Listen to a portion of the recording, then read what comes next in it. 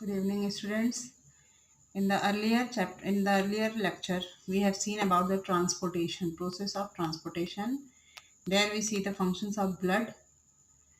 What are the functions, various functions performed by the blood, and what are the various blood capillaries.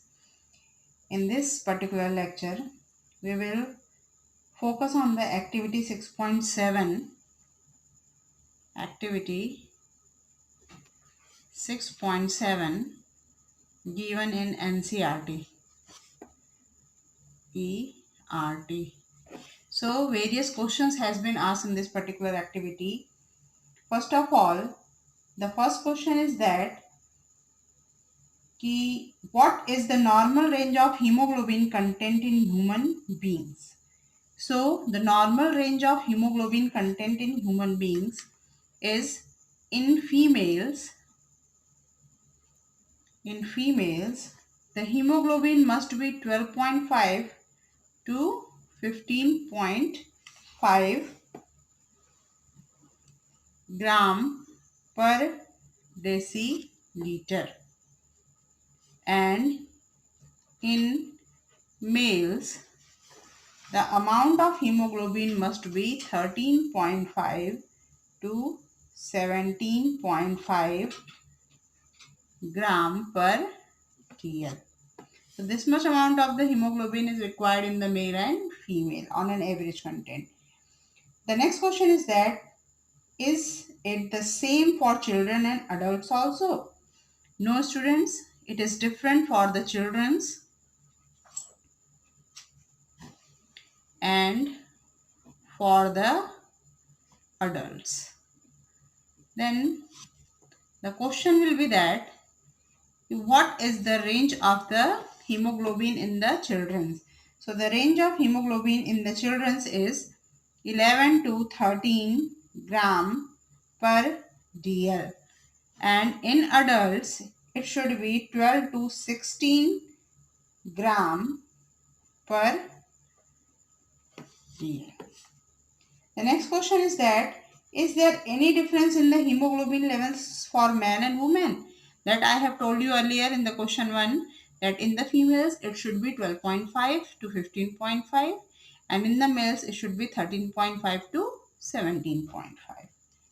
Now the next question is that find out what is the normal range of hemoglobin content in an animal like cow or buffalo. So in buffalo or cow, as you know, both of them are domestic animals. The normal range will be in buffalo, it should be 12.5 to 14.5 gram per DL, and in cow it should be 10 to 15 gram per DL. So this should be the range of the hemoglobin in buffalo and cow. Now, is this content different in calves, male and female animals? Yes, of course. The contents of hemoglobin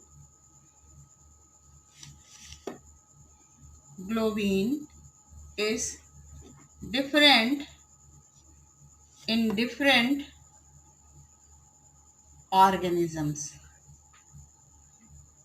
As shown by the data earlier, I have provided you these data. So from these data it is quite clear that the hemoglobin content is different in different kind of the animal. Now the next question is that how would be the difference, if any, be explained? So this difference would be based on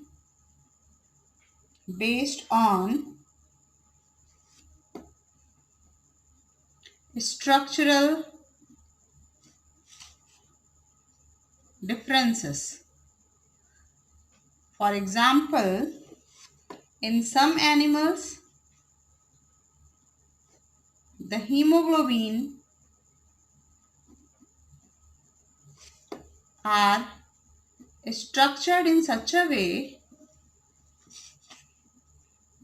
such a way that they are having high affinity. They are having high affinity towards oxygen, or they can bind up with oxygen very rapidly, and that is why their content will be differ. So the students, the hemoglobin content in the rodents means rats and those other animals which belongs to this particular category, rodents are having more hemoglobin as compared to others. So this is the explanation of activity 6.7 of the NCERT book. Now we should proceed with the next topic, that is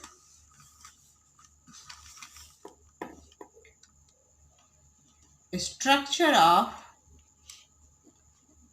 heart. As you know that heart is a pumping organ which pumps the blood from one part of our body. It is present in the chest cavity. So it will pump the blood from chest cavity to the different parts of our body. Now, it is a muscular organ. What are the various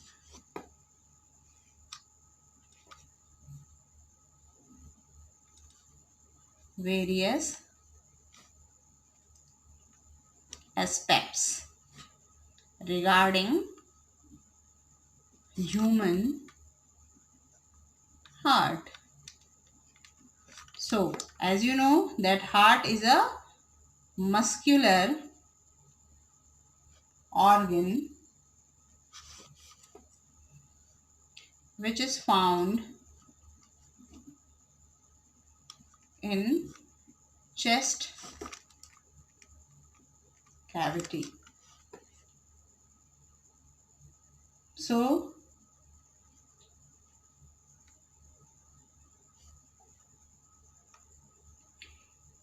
it is a four-chambered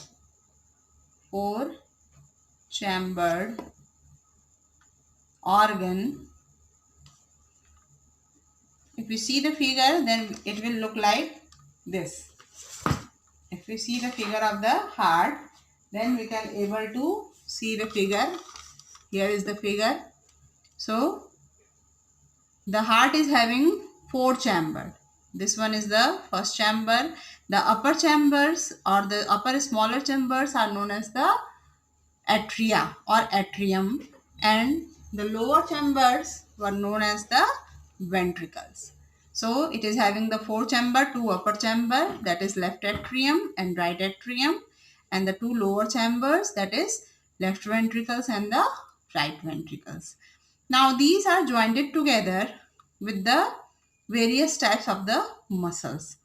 Now these four chambers, they are having the walls also, the bicuspid wall and the tricuspid wall. The right atrium opens into the right ventricle. This is the right atrium and this is the right ventricle. So the right atrium opens into the right ventricle mainly with the help of the tricuspid wall, whereas the left atrium opens into the left ventricle with the help of the bicuspid wall. So this is the structure of the heart. You will see here the main aorta, and here is the pulmonary vein is there, and this is the pulmonary arteries were there. As you know that the main functions of the veins and arteries. Can you tell me the functions of veins and arteries? So the main functions of the veins is to supply the deoxygenated blood from various body parts to the heart, and again it will supply to the lungs. And the main function of arteries were there. It will supply the blood from the left atrium to the left ventricle, and from here it will supply the blood to the body parts.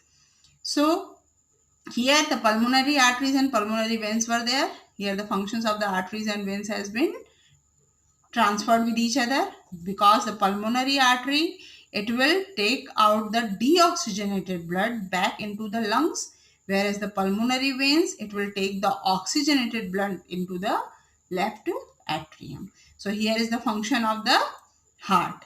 Now the heart can be described as, it is having, as I have told you earlier, it is having the 4 chambers, and the 4 chambers, if you draw the diagram, then it will look like this.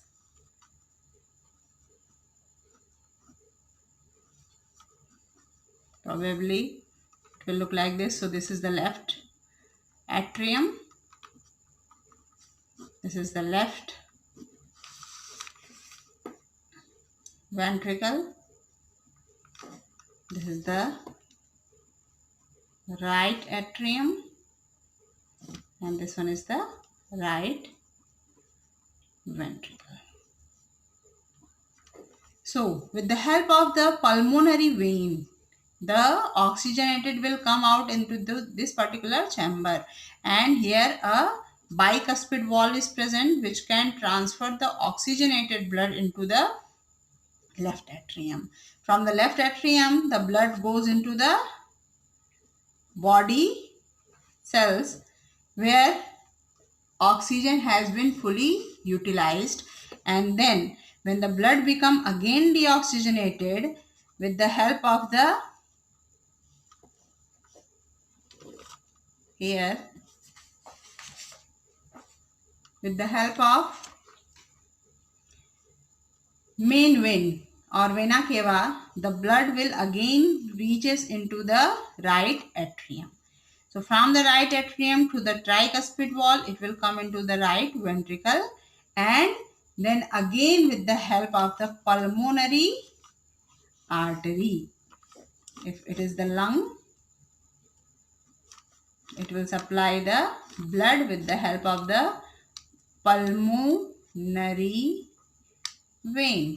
So the oxygenated blood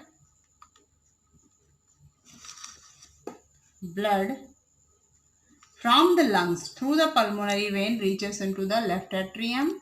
From here, with the help of the bicuspid wall, it is a bicuspid wall, it will reaches into the left ventricle, and from the left ventricle through the main artery